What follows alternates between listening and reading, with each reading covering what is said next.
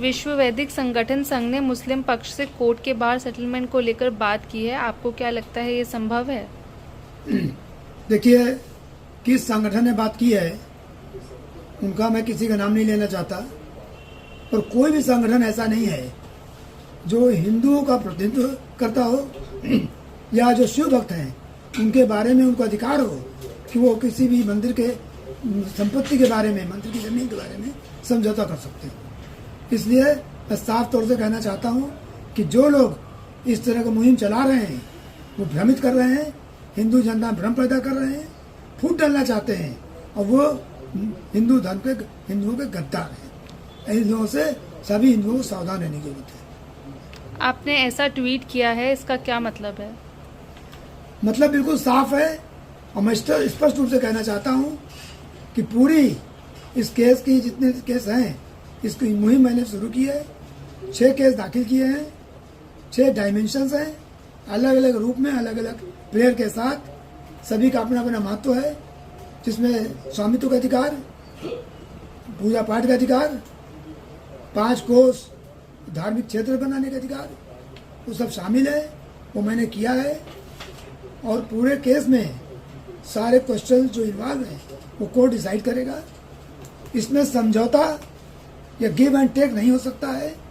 भगवान की संपत्ति कभी भी कोई व्यक्ति नहीं दे सकता है और ये हमारा स्पष्ट मत है कि पूरी की पूरी ज्ञान व्यापी की संपत्ति मंदिर की वो भगवान शिव की है और किसी हिंदू को, किसी सनातन धर्मी को 1 इंच जमीन भी किसी भी पक्ष को देने का अधिकार नहीं है और 1 इंच जमीन भी मंदिर की हम मुस्लिम को नहीं दे सकते हैं। हाँ, एक बात हो सकती है कि मुस्लिम स्वयं अपनी गलती माने, कितने दिन तक मंदिर को जो तोड़कर तथाकथित मस्जिद बनाई गई थी, क्यों बनाई गई थी और क्यों कब्जे में रहा, तो माफ़ी मांगते हुए वो कब्जा छोड़ सकते हैं, तो बात हम लोग की सुलझ सकती है। परंतु इससे कम कोई बात स्वीकार नहीं है और जो लोग समझौता वार्ता, कथित समझौता वार्ता की बात कर रहे हैं वो भ्रमित कर रहे हैं। और मैं फिर स्पष्ट करना चाहता हूँ कि हिंदुओं को ऐसे तत्वों से सावधान रहना चाहिए। सर्वे हो रहा है, आपको लगता है कोर्ट से न्याय मिलेगा?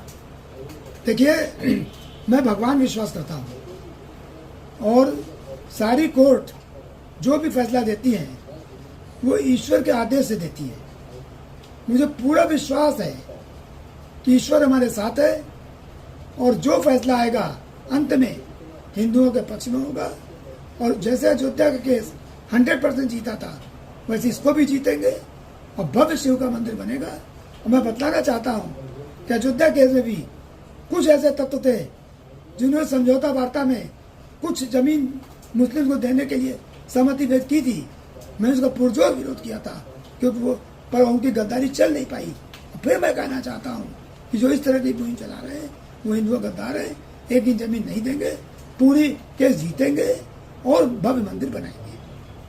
मथुरा के भी एएसआई सर्वे की मांग हो रही है। आप अयोध्या मामले में वकील रहे, काशी के मामले में वकील रहे, क्या आगे मथुरा का भी केस लड़ेंगे और लगता है वहाँ भी एएसआई सर्वे होना चाहिए?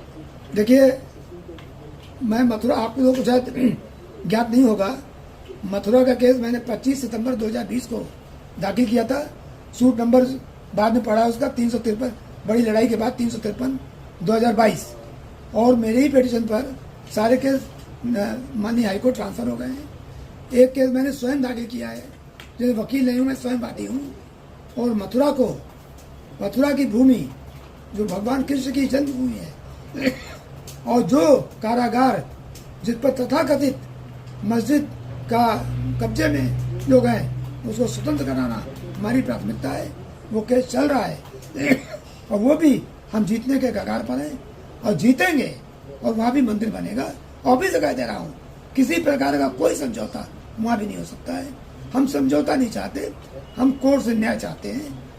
जो संवैधानिक प्रक्रिया है उसके द्वारा मामले का फैसला हो। समझौते की बात नहीं हो सकती क्योंकि भगवान की जमीन पर समझौता करने का किसी व्यक्ति को या किसी डिवोटी को अधिकार नहीं है।